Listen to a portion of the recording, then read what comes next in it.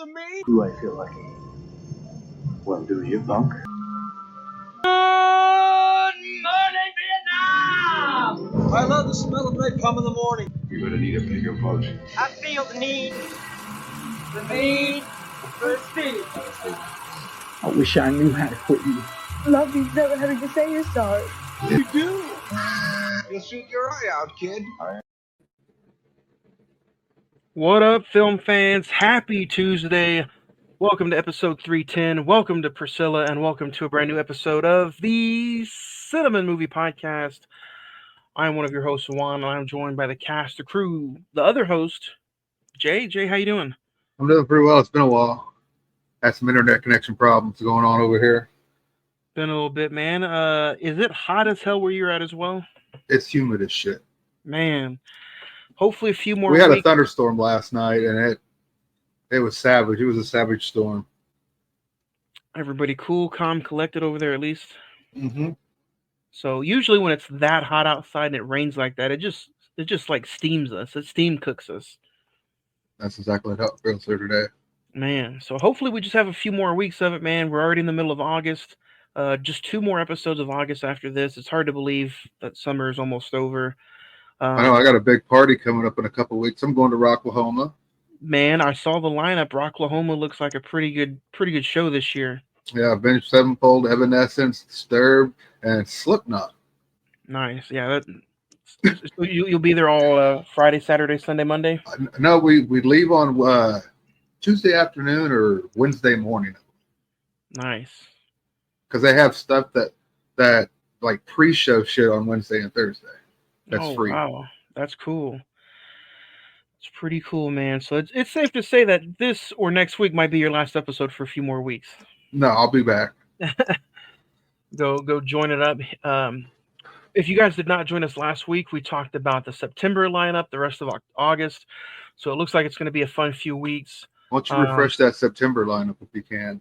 Man, September is going to be pretty kick-ass. If you guys have not checked it out yet, we kick off September with September the 3rd. We're going to talk all about Clerks 2. We talked about Clerks a few months ago. Why not talk about Clerks 2? Should be a fun conversation. That's September the 3rd. September the 10th, we're going to talk about Beetlejuice Part 2, or what they're calling it is Beetlejuice. Have you seen the trailers, man? The trailers make this I have seen the newest one. It looks pretty good. It looks like Beetlejuice is actually going to be in more of the movie than 15 minutes like the original. Yeah.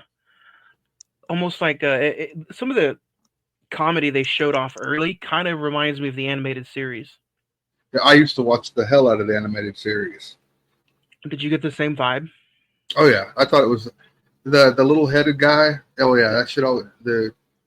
I used to love that show. The wife that's in this movie, or supposedly it's the wife that he took the ring from in the first movie. That's what I've read as well. Is she in the animated series? No. It's just that the animated series is basically Lydia and Beetlejuice having adventures together, where they basically they would come over and visit the undead world and shit like that, hang out and everything, and go on adventures and stuff like that.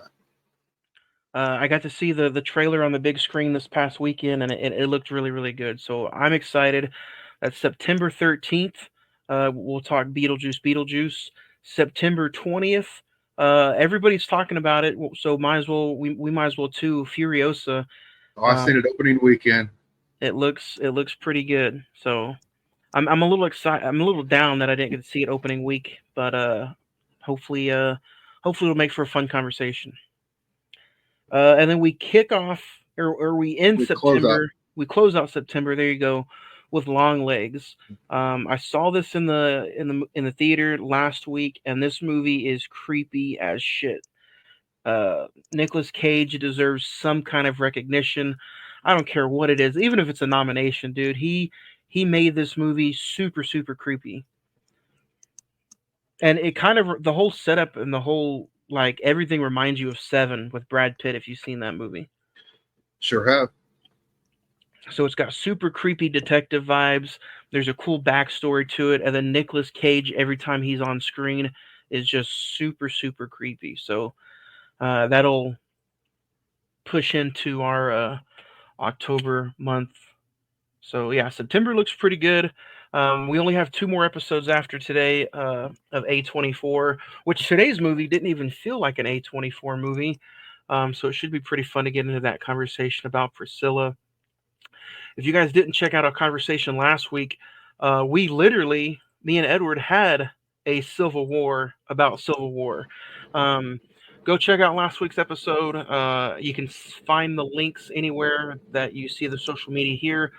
Facebook.com/The Cine-Men Movie Podcast, the Instagram /The Cine-Men Movie Podcast. The X is at Cinnamon405, and then the email is cinemen921@gmail.com. Send us in some of your recent watches and recommendations, and then, like I said, all of the past episodes, you can find links right there on the social media. Jay, it's been a minute. Is there anything that you want to recommend or anything that's been caught your eye lately on recent watches? Recent watches. The last time I was on South Park, one of the seasons. I finally completed that. All the little specials that are on Paramount Plus and everything. So I've seen every episode of South Park now. Nice. All 26 seasons. After I got through with that, I was wanting to watch something different. I've been on the, I'm on HBO Max right now because it's no commercials and I hate fucking commercials. So I went in and I was like, okay, I'll try Deadwood. I went in and started watching Deadwood. Loved the hell out of that. Watched all 3 seasons of that and the Deadwood movie that they have on HBO that takes place 10 years after the show ends. Because the show ends kind of like on a little cliffhanger, man, because they didn't know if they were going to come back or not, and they got canceled. So it was like, son of a bitches. But it's pretty cool. It's about the town of Deadwood during the gold rush in 1876. So that was pretty cool to see.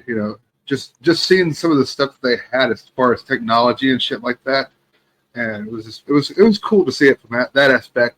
But right now I'm on watching Boardwalk Empire with Steve Buscemi. I saw season 1. I'm on season 4. Is it good? I'm on season 4. It's pretty decent. You can tell it's an HBO show. There's boobs everywhere. How's Deadwood? So Deadwood was only 3 seasons, right? Yeah, there was 10 episodes each season. Did it just fly by? Or did it take a while to kick off? It fired right off. But the big thing I had a problem with, whoever wrote this show wrote it in the vernacular of somebody from 1876. They didn't write it in the vernacular that we would be able to understand, just right off, our modern speech. They like, dude, it's fucking. I had to sit there and be like, hold up, pause. Like, what the fuck did they say? And I'm like, and I had to rewind back a couple times, just because. Shit, just the way they talk. Whenever they sit there and talk about something originating with another person, they talk about, well, who was the author of that? I'm like, what the fuck? Okay. Have you got? I've we've never talked about it, surprisingly, but have you ever gotten into Yellowstone? I have not. So I'm waiting. I want to get the little prequel set of the one with. And that 1920 something or something like that. I have 1883 here. Yeah, there we go. But I want to get the Harrison Ford one, even though they kind of go together, they kind of don't.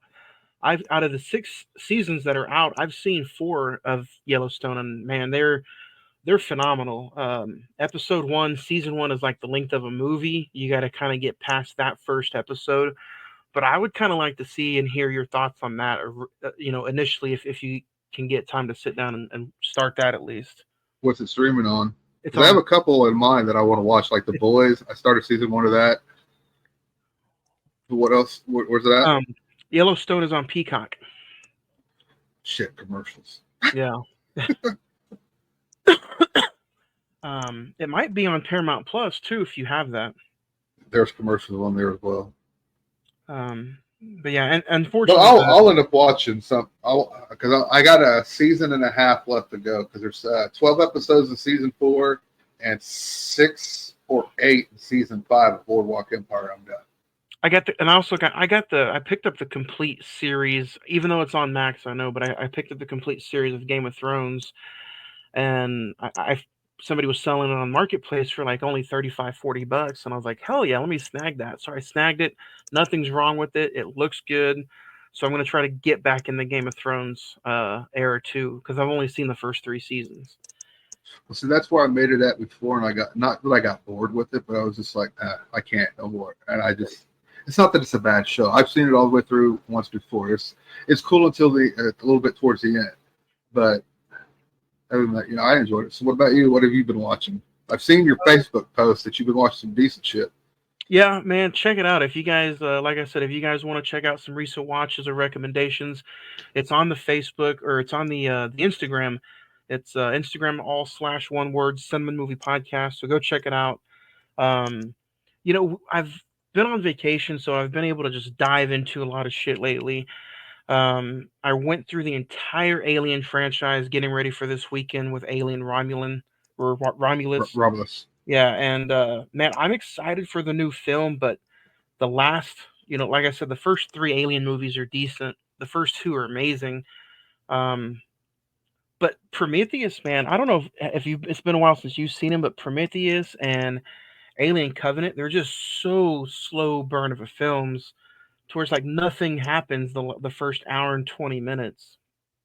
So I seen Prometheus in theaters, and it was one of those like, hell yeah, I enjoyed it. There was no, I was looking more towards some more alien type shit going on. Yeah. It was I get what it was. It was different place, different things. And maybe with Alien Romulus, maybe this one is supposed to be set in, I believe 2 years. 21 something. Yeah. So Romulus takes place in 2142, which is after Alien and before Aliens. So they kind of did the whole, what would you call it? I guess the Halloween Kills thing. In between, something like that. Yeah, so it's like in between Alien and Aliens. So I wish I would have known that like a week ago. I would have watched all the other movies. But it wasn't bad. So what version of 3 did you watch? Okay, so I stuck to all the theatrical cuts. See, I always do director's cut because I think they're a little bit better. I think the Alien series is better with the deleted, stuff. I might check that out too. Even the terrible Alien versus Predator 1 and 2, even those had director cuts. So after the Alien franchise, I kind of dug deep into I signed up for Regal Unlimited, which if you guys are out there, for just $20 a month, you can go see whatever you want for as many times as you want. I went and saw Cuckoo, which is a new horror movie that came out last week. It's pretty decent. I think it tries too hard to be what's that word called nowadays? Intelligent horror instead of just gore. Somebody recommended Tarot to me, which is like the card movie that's on Netflix. It's pretty terrible. Borderlands was pretty fun. I know there's a lot of people shitting on Borderlands. I've never played the video game, but I thought the movie was fun. In Time was really good. We were talking about In Time a few weeks ago, weren't we? Mm-hmm. Yeah. I think that's a pretty fun concept. Fall Guy was fun. Challengers was really good. Trap. I seen about the first 30 minutes of Challengers. That wasn't too bad. Yeah. But Fall Guy is the one that surprised the hell out of me. Same. Fall Guy really surprised me a lot too, and I think it's honestly it's a fun movie. Yeah, real fun. I like the tropes to like old school movies, old school shows. I didn't know that it used to be a TV show back in the 80s or 70s. Mm-hmm. Trap was really good too. If you're a fan of M. Night Shyamalan and some of his horror vibes, this movie's really, really fun. Josh Hartnett came out and just kind of stole the show. It's kind of like, man, where's Josh Hartnett been these last few years? So, but yeah, other than that, man, it's been a pretty easy, fun going week. I'm excited to see Alien this weekend. So, and then I forgot the name of the movie, but everybody's talking about the new Blake Lively movie. You know what movie I'm talking about? Yeah, I do. It was number 2 this week with 50 million. Yeah.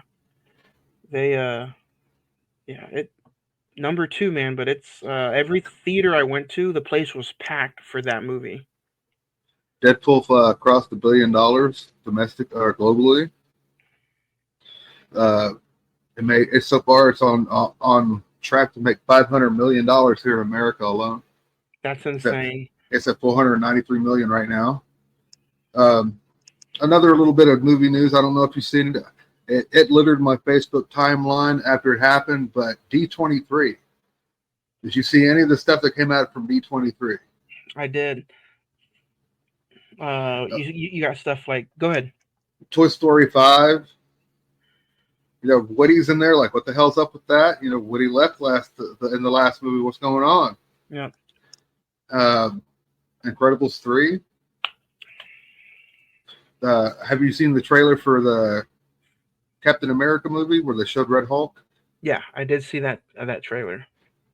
And then there was a Thunderbolts trailer, a Fantastic Four, and a Daredevil, which I haven't seen any footage of that yet. I just saw like a screenshot of it, but it's got John Berthol in it, right? The same guy that was in the Netflix show. He's playing Punisher again. Okay, yeah. And but from what I understand, the main villain is Muse. That's what the main villain is, and then there was some Thunderbolts footage screened as well. And Thunderbolts is the heroes that were in what Disney Plus show again? It's basically Suicide Squad for Marvel, basically. So you got the Black Widow still. Okay. It's a Yelena, which is a black. Florence Pugh. Yeah, there we go. She plays a member. The Guardian's a member. Bucky is, and there's a couple others, that are. It's basically, they're bad guys, So, and from what I've understood, it's supposed to be them trying to find vibranium, or adamantium. I'm sorry. And that's kind of their way to bring in, mutants again. And then Freaky Friday 2. Mm-hmm. I haven't even seen the first one, but I remember the original with Jodie Foster. So a thing that also popped up is that, which we didn't get to talk about, or we're talking about it here, is 3 Star Wars movies in like 2 years, or 3 or 4 years, something like that. A Mandalorian and a Grogu movie, right? Mm-hmm. That's been on the table for a while. And then, what are the other 2 movies about? Do you know? Did they make anything? I have no idea. I didn't even know they're. Well, unless you count, because one of them is it the Daisy Ridley, New Jedi Order movie that they're going to possibly do? Yeah. Daisy Ridley is signed up to be in one of them. I also saw a poster of Adam Driver being announced, but I don't know what. I don't know. Are they adding on to that saga, or I don't know what they're doing. I don't either. So I kind of fell out of Star Wars after they became pretty fucking woke, if you know what I mean.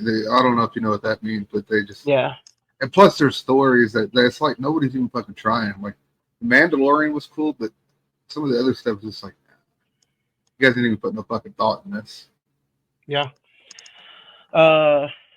And then before we get on to some of our top 5, I know you didn't get to join us for the Deadpool. I was a little upset about not being able to join on that one. But I had a lot to say. I really did have a lot to say. I knew what the fuck was going on through a lot of that fucking movie. I was like, oh, read that before, seen that one before. Yep. Oh, that person knows this person. Did you know that? Oh yeah. That would have been a pretty banger episode. We probably would have went 2.5 hours. I would have been fine with that. Yeah. So you know what? Maybe we'll visit it down the road again when there's the Blu-ray comes out. We'll have a part 2 discussion about it. All right. So now that it's out and everything's kind of not secret anymore, we can. Yeah. But now this should be fun because we are going to go through and talk our top 5 Elvis songs, especially since we're talking about Priscilla and Elvis. Let's get ready to talk our top 5.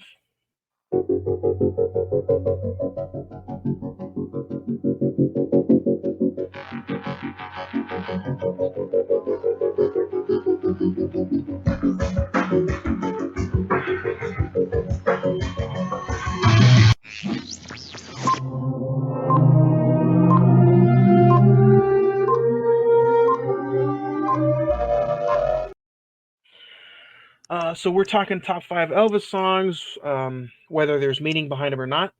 I don't have any honorable mentions. Jay, if you do. Um, there's one I can't recall the fucking name of it. To save the life of me right now. It's the one. Never mind. I'm not even gonna mention it. Yeah, Okay. I'll make myself look stupid. But No, there's some that I've been to Graceland. Just started off. I've been to Graceland. Took my mom and my daughter. That was her 4-year-old. That's what she wanted to do for her 4th birthday. So we took her to Memphis to see Elvis's house. She's like, I want to see Elvis's house.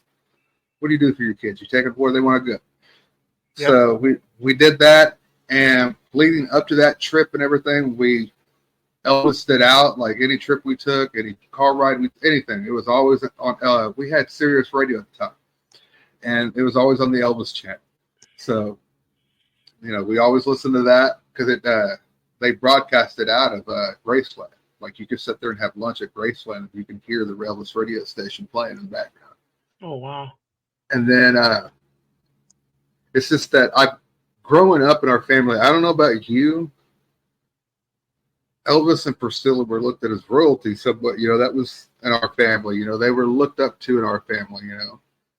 So much so that one of our cousins' names is Priscilla, and another one of our cousins is named Elvis. That's how close to heart, our family took this family, this other family, So my mom always had she had magazines when I was growing up, from the time she was growing up, and I could flip through them and shit like that. She had all kinds of different books. I've read different books of the book this movie is based on, Elvis and Me. Yep. I've read it, bro. Nice. That's cool. I'm kind of excited now. I didn't know that you've read that book. Uh-huh.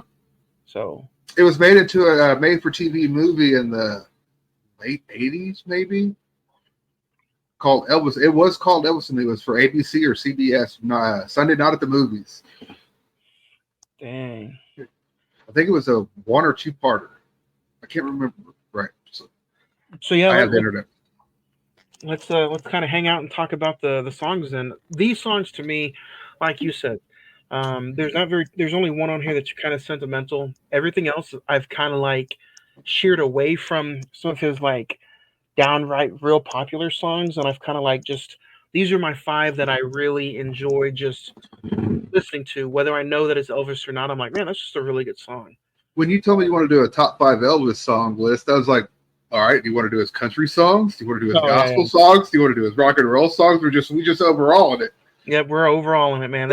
He does have a wide span of just different music.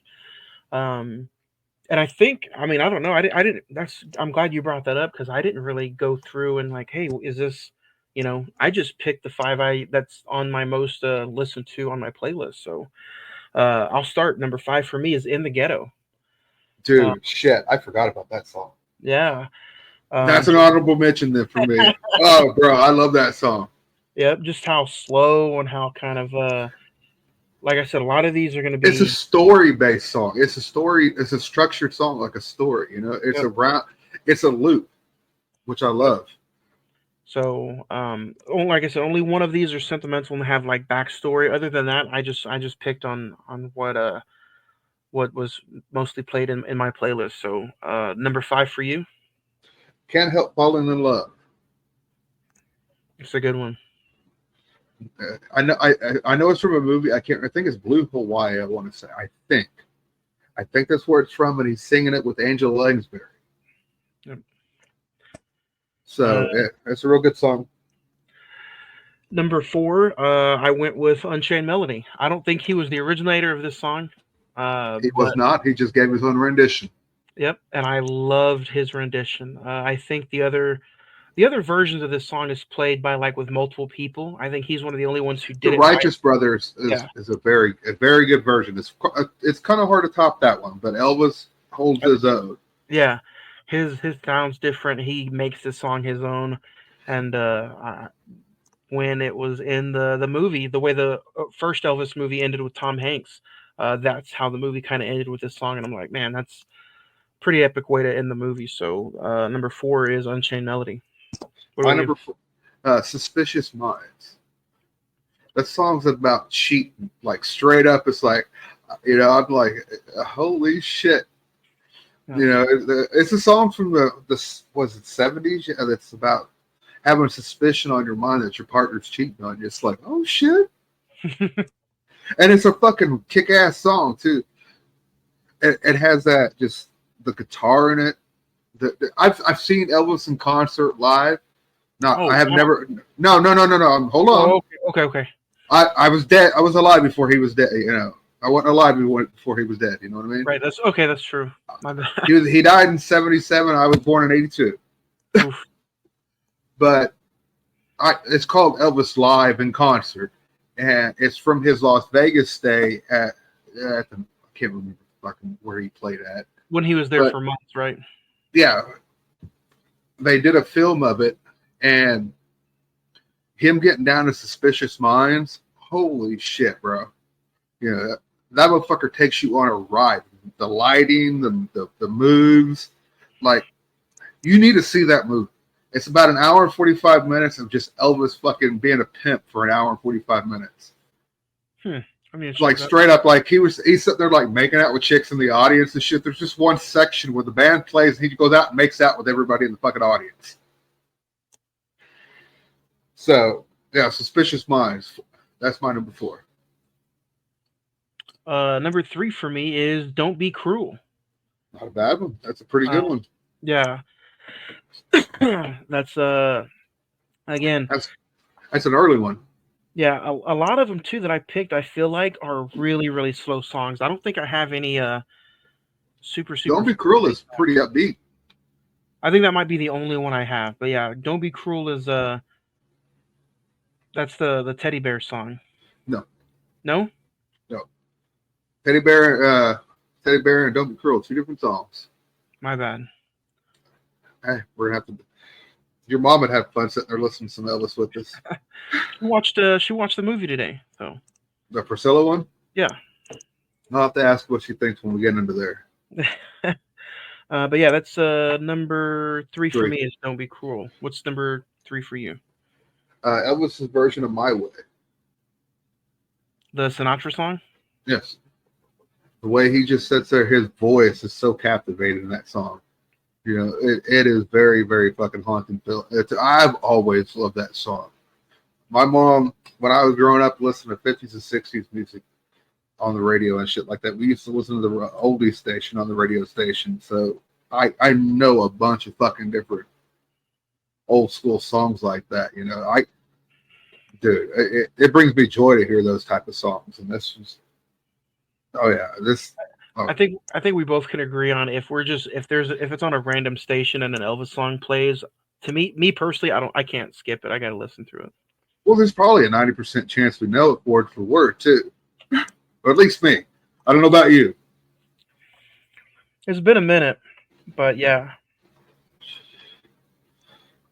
Number 2, "If I Can Dream." Bro, number 2, "If I Can Dream." Dude, that song is powerful, isn't it? Yeah.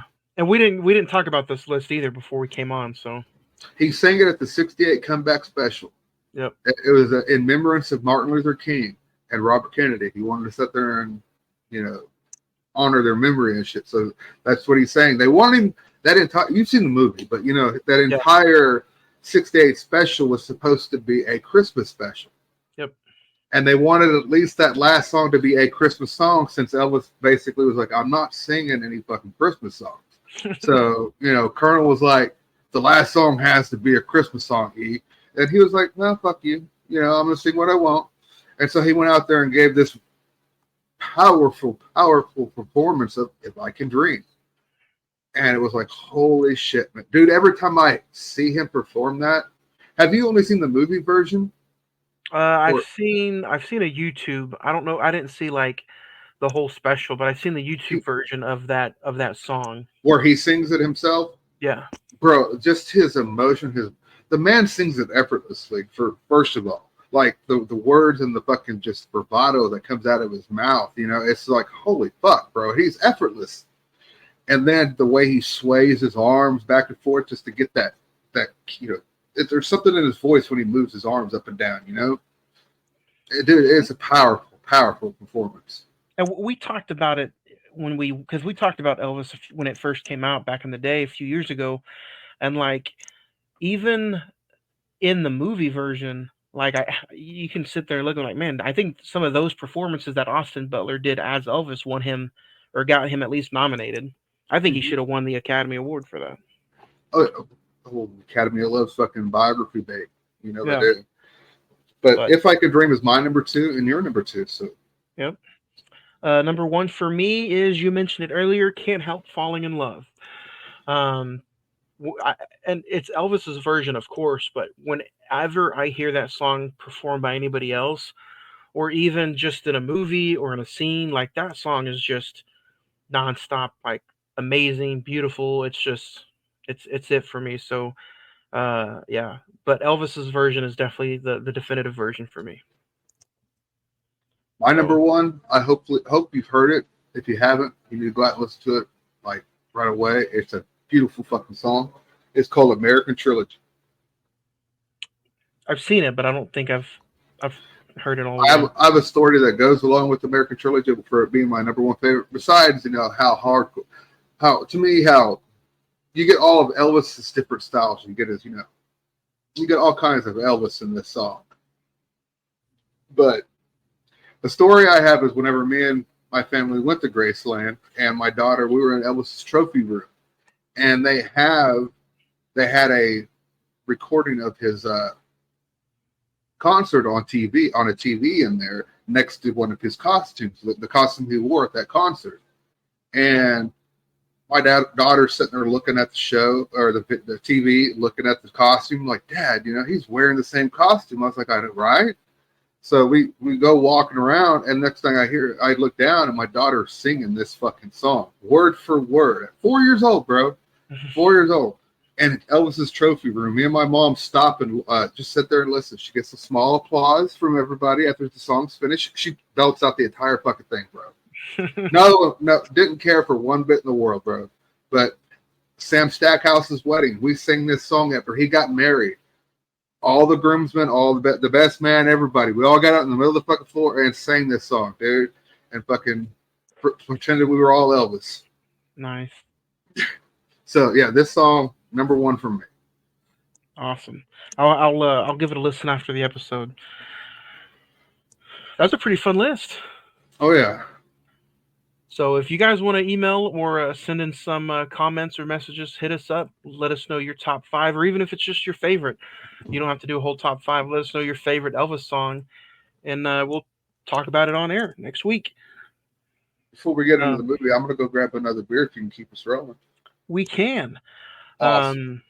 And that all comes into play with San Marcos Mexican Restaurant. If you guys are in locally here in Oklahoma City, go check them out. Great food, even better customer service. We always go to the OG spot, 2301 Southwest 59th Street, right here in Oklahoma City, Oklahoma, at 405-685-7773. Call in for a to-go order or dine in and experience the best customer service in the OKC metro area. Not only the best customer service, but also great food. Let them know that the Cine-Men Movie Podcast sent you and get 10% off your entire purchase. They're open every day of the week, so go check them out. San Marcos Mexican Restaurant. Let them know that the Cine-Men Movie Podcast sent you.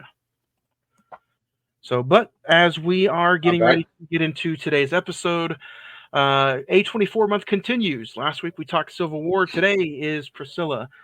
When teenage Priscilla meets Elvis Presley, the man who is already a rock and roll superstar becomes someone entirely unexpected in private moments, a thrilling crush, and an ally in loneliness, and in a vulnerable best friend.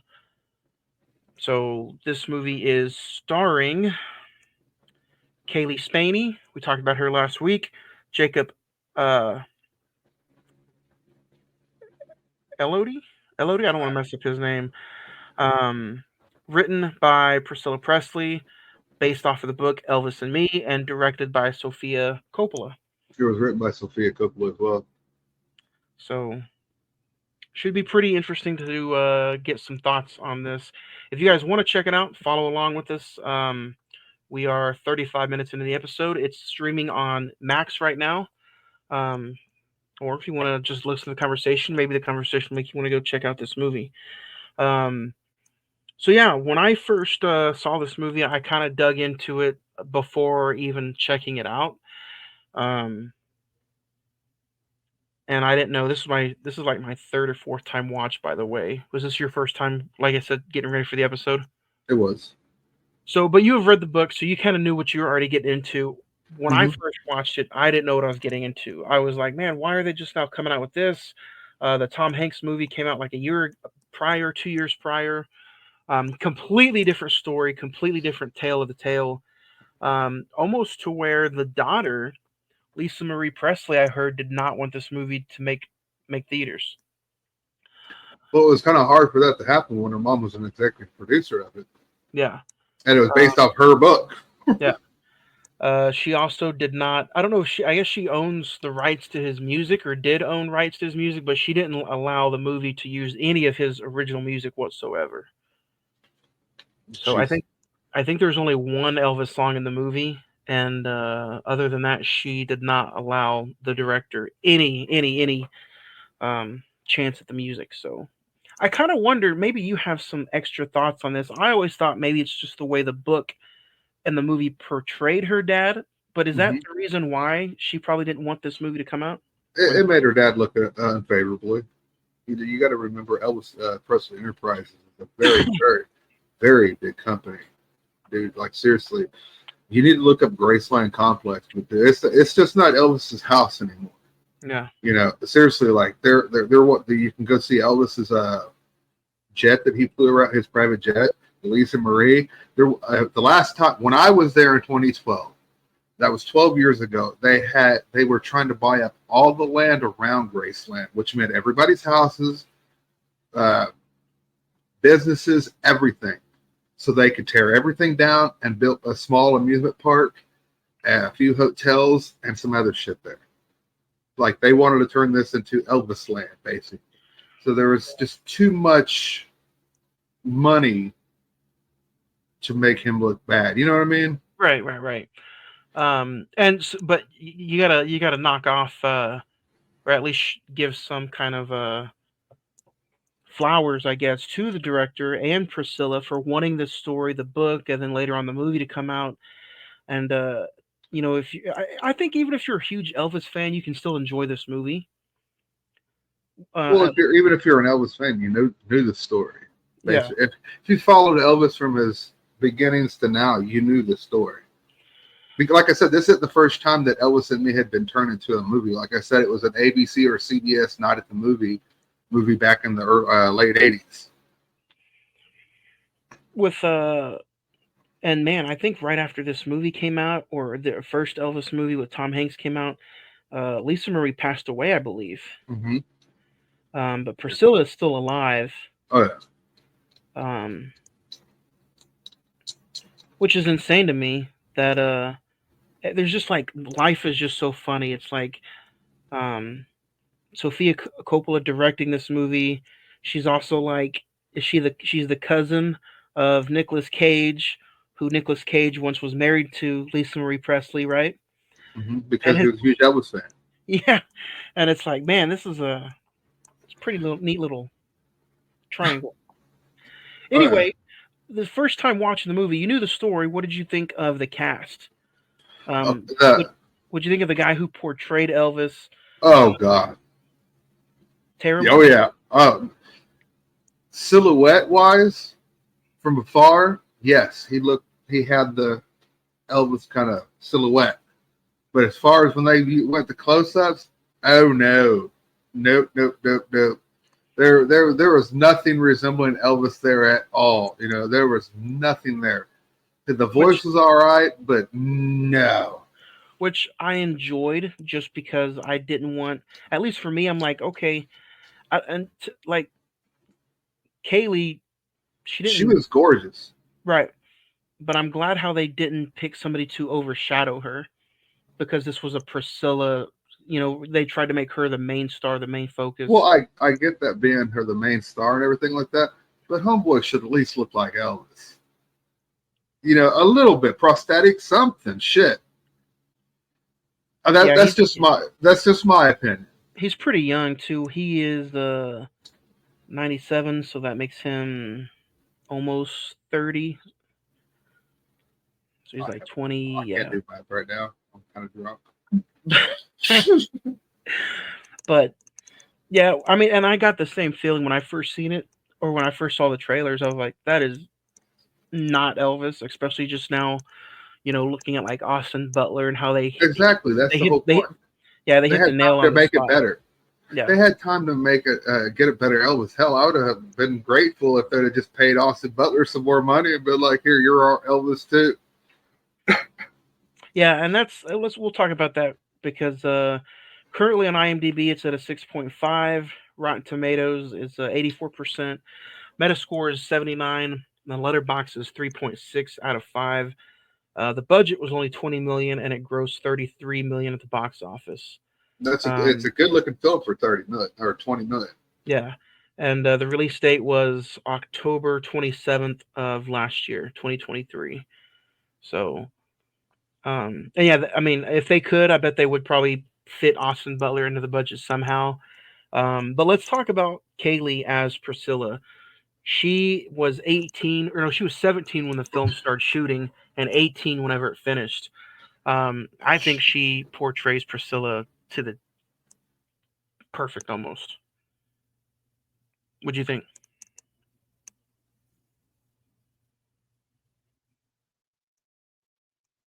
Did you like Kaylee? Oh, technical difficulty. Are you there? Can you hear me? Oh, did we lose Jay? I think we might have lost Jay.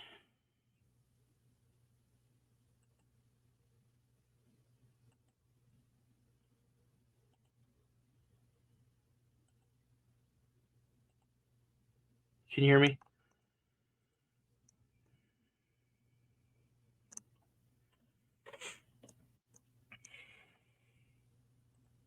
Are you there? I'm back. Where were we? Can you hear me? Yeah, I can hear you. Okay. My bad. Before we had some technical issues, I asked you how was Kaylee? Did you like the way she portrayed Priscilla? I did. I thought she was pretty good in that role. Did you like? There was not much to her role besides feeling lonely and you know what I mean. There was a lot. Yeah. It's just basically a lot of her expressing her loneliness because, or even when she's in another scene with Elvis. So did you appreciate the way the movie was showing them, like, or did you feel like it was too one sided, or going back and forth comparing like the book to the movie? Did you think about the book a lot? Oh, I think we lost him again.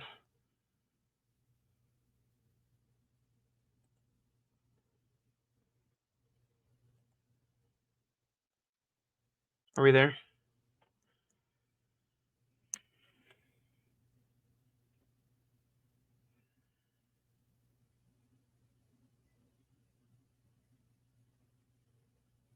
So we're having some technical difficulties. If you guys could just bear with us, and we'll get ready to probably talk some favorite scenes. And we'll be able to hang tight real quick. But before then, we can talk about another sponsor if you want. This episode is also brought to you by Rodeo Cinema. It's OKC's independent non-for-profit theaters showing new movies, old movies, and everything in between. You can also rent out the theater for public or private events. Give them a shout out at 2221 Exchange Avenue and let them know that the Cine-Men Movie Podcast sent you. What's up, Jay? Okay, that's the reason why I haven't been on the show for the past couple weeks because my internet keeps fucking up. No, I have to. But yeah. But the only thing I asked was, did you compare the book a lot to the movie? It's been a minute since I've read the book, but knowing her story like I do, she met him when she was 14 years old in Germany because he was stationed there, her parents were stationed there, so that it's all there, Oh, go ahead. it was. I do like that. You know, it's a very weird situation to have because Elvis was a superstar at this point in time, and he's dating a 14-year-old. And Elvis was like 19 or 20, maybe 21, 22, some shit like that. Yeah. Not quite sure, but you know, it was not good optics. But it wasn't good optics now, but we can at least probably say that back then. I don't it think wasn't. it mattered. It wasn't. Even then, it was no. Even then, it wasn't. It was still looked upon as. But bro, really? You know what? You know what though? The movie is weird because I don't know if it's like this in the book too, but how? I mean, in the movie, just the private Terry West just walks up and invites this 14-year-old to a party. Is there any like why, how, say like he just thought she was cute and let me invite the 14-year-old to the party? That is like I said, it's been a minute, so I don't know. It's a weird situation to be in, even as a person, just looking back. But that's how she gets invited to the party initially, and then obviously, like the good parents should, they say no, and then he comes up and asks the dad in person. So I thought it was kind of weird. Surely it felt honestly when I first watched it, it felt like, hey, is Elvis sending this guy to go recruit young women? He could have been like the roadies for bands, be like, hey, you're pretty cute. Elvis wants to bang you. Yeah.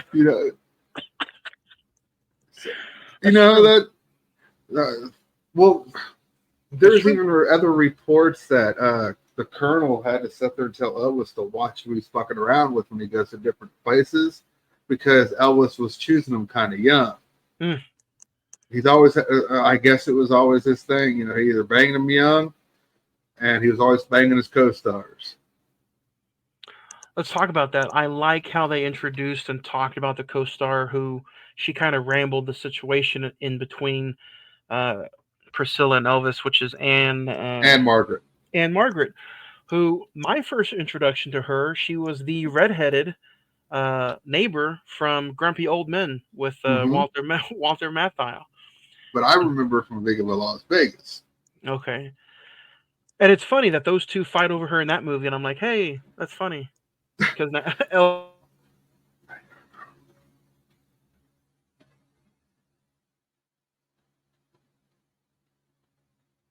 right, this pissed me off.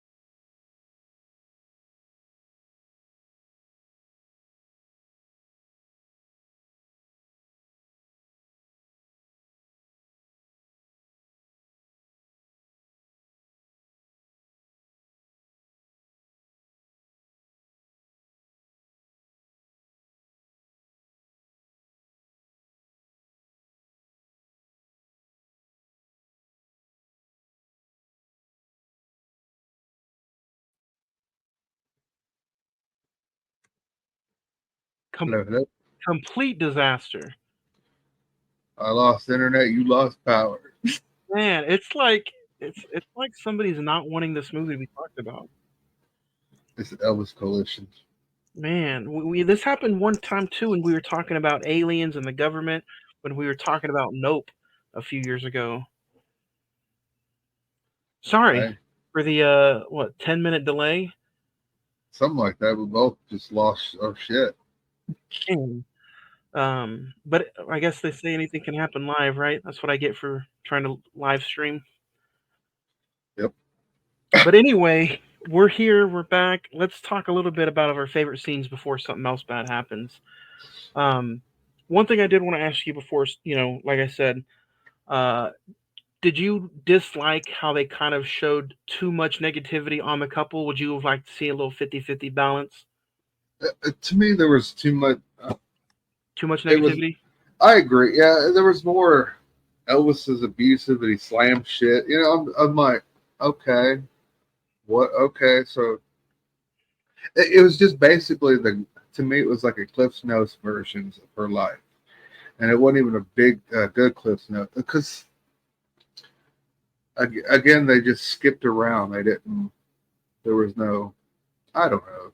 No, I agree. I think there was too much negativity on the relationship instead of maybe trying to balance it out. But again, I know for like only an hour and 50-minute movie, what can you really try to do?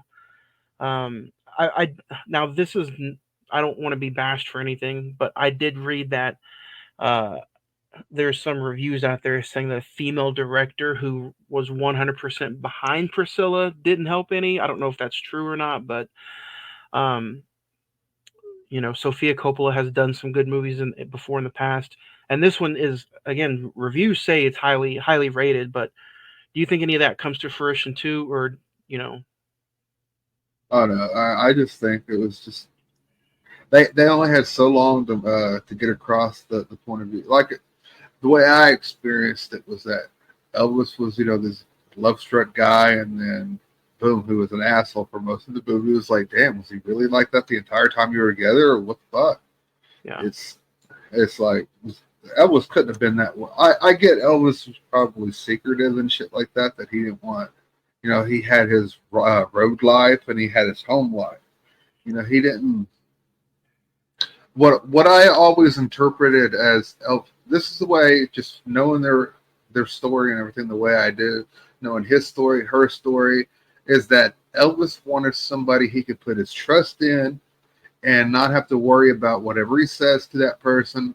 Everything was okay because that was his person, and he also wanted a person that was business savvy because he knew that from the business standpoint he needed someone that understood it from that point of view as well. And I think that's why I hate to use the word groomed, but I think that's honestly why he chose Priscilla, was because because if you sit there, she was groomable. She was very, not in a bad way, you know what I mean? Sexually Yeah. groomed. No. I get you. Monetarily, you know what I mean? Grooming her for a way of life. And after Elvis passed away, she took over his estate and shit like that. And, she was put in charge the way Elvis was trying to train her in that weird way. Isn't that one of those things though? Like, how does she only have power until Lisa Marie turned like a certain age? Because like now she has. Does she still have that power or Well, no? they sold it to another company, and it's now called Elvis Presley Enterprises, if I'm not mistaken. So okay. They still get it's because it's in they still get uh, even though Graceland is a museum and an attraction for the state of Tennessee and the city of Memphis, that it's still, the last time I've seen, when they sold everything, they were still able to have access to the house if they ever wanted to go to Graceland and sleep. It was still Wow, considered their house, that's but they would. insane. So there's a 24/7 webcam set up in like multiple places at Graceland that you can go online at graceland.com and view anytime. Wow.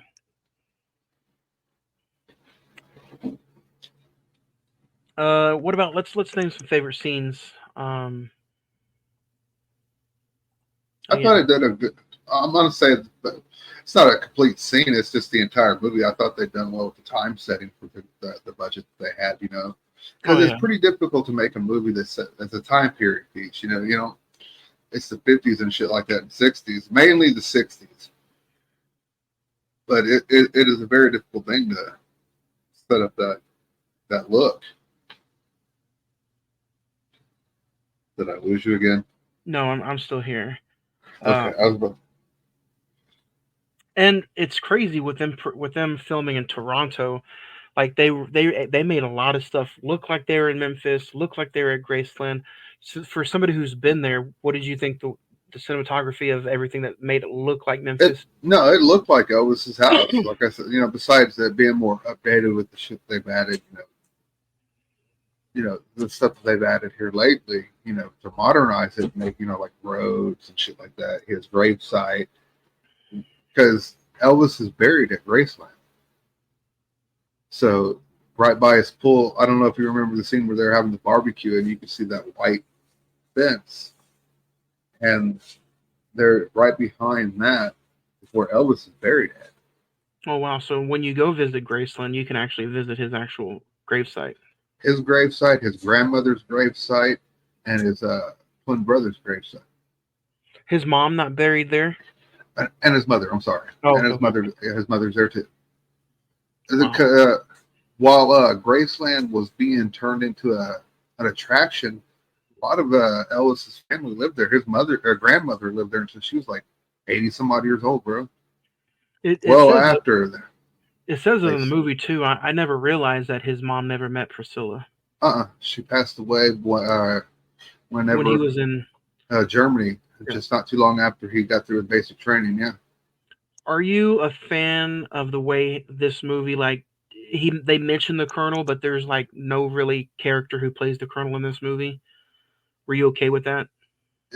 Yeah, because they could have probably added some of Priscilla's perspective of the Colonel to the movie, but Hmm. it wouldn't have been needed because this is a relation. The main focus of the movie is her relationship with Elvis, and I just don't sit there and think that the entire movie or their entire life was that. It's so dramatic and just heartbreaking. The Yeah. way because the movie really to me it really after she comes and stays with him basically is when the loneliness, I guess is what you want to say, sits in. And I think it mentioned it in the movie too, but in the special features, there's like a 30-minute documentary on the making of, and they keep pushing it in the movie, like, she doesn't really feel like that's her home, like that's, she feels like a guest in her own house. I guess is one of the ways that she portrays it. Yeah, see, I've always known, everything I've always read is that was home for her. They done everything they could to make her feel at home. It was just that Elvis wasn't at home, so she didn't have that, other person with her that she always, the person that she loved. Yeah. But favorite scenes, not anything. I didn't have any favorite scene in particular, but like I said, I enjoyed the way that that it looked for one, and then just some of the vintage film stock that they would use. Like the home videos, making it the home videos seem like that was pretty cool. It had a nice. The costumes were great. It made you feel like what I mean. Everything felt great. My biggest complaint about the entire movie is Homeboy didn't look like Elvis at all. I love biopics. I thought Elvis in 2021 was outstanding, or 2022. I thought, Bohemian Rhapsody. Anytime they can make you believe that you're in that time watching these characters, I'm gonna agree with you. I don't think Jacob, whatever his last name is, I don't think. Eldoni or some shit like that. Yeah, I don't think he looked like Elvis. I agree from a far distance, maybe a figure from the back. Hell, give me the Elvis who was in Forrest Gump, where you just you know what I mean. Oh yeah. But I like his like I said, like you said, his tone and his voice was pretty good. But I do like how they shied away from making him look all big and spectacular because of, they wanted the limelight to be on Priscilla. I thought Kaylee did an amazing job um, playing Priscilla. So if I'm gonna have to pick a few favorite scenes, um, where they're actually having a good time with the bumper cars and the fireworks, um, that scene I enjoy them just hanging out and being familiar with each other. Um, sign me up for a 3 hour Elvis film. I know, Elvis. It was like There is an Elvis made for TV movie that was released in like 2010 or 2012. It's just called Elvis, like every other one. You know what I mean? And it stars John Rhys Davis. He plays Elvis, and it's a two-parter. There's part one is 90 minutes, part two is 90 minutes. You want a 3 hour movie with Elvis? There you go. I'll have to definitely hit it up then. I think it was made for AMC or something like that, or A&E. A&E, probably. Yeah, that sounds pretty. It's real good. Robert Patrick plays his dad. Oh wow. Oh yeah, it's real good. I also like the scene where they get married. I didn't like. I'm going to mention a scene. Usually we only mention favorites. I didn't like the scene where it just randomly out of the blue showed them experimenting with LSD. Dude, I was about to say I love that scene. Did you really? I was seriously about to say I actually enjoyed that scene because hold on. That's how it is. That's legit how it is to be with the person you love. They were tripping on acid, bro. Is that the scene though where they dress up? No, that was just them taking photographs and doing their thing. Okay. Where they done the LSD, they took the sugar cubes. And then they sit there and they like laid there and fucking held each other, just looked at their hands, the walls, the lighting was all fucked up because you experienced shrooms with me not too long ago. Yeah. And you yourself see they're the same way. Exactly. See? You were seeing like shit out in your peripheral, like what the fuck was that? You seen Freddy Krueger. I told you about the eggplant scene, or the eggplant, didn't I? Where I thought that the dog was a giant eggplant walking around. Okay, maybe I should have refocused that statement. I did like how it showed so much negativity on them just using drugs. I'm kind of like you. I wish it showed them a little bit more lighthearted, having fun, hanging out, more of the the good side, if you will. Oh, from everything I understand, Elvis was a gentleman. He was just training a woman to be his. It's a weird relationship that they had. That we as normal people can't sit there and speak on Elvis' relationship because at the time that Elvis was popular, no one, and I mean no one, besides royalty and shit like that, was being had that type of scrutiny, that they were under a microscope like Elvis was. And then whenever he met Priscilla, she now was under that microscope. It was a very weird thing to be, because, celebrities have their thing, but Elvis was one of the first celebrities, that everybody paid attention to. Every magazine had some article. Every fucking news people had articles. Yep. There was always something about Elvis was a go-to person that they could always make a buck off of. Did you already mention a favorite scene? I did. Okay. Yeah. Star rating. You want to go first? I'll go with 3.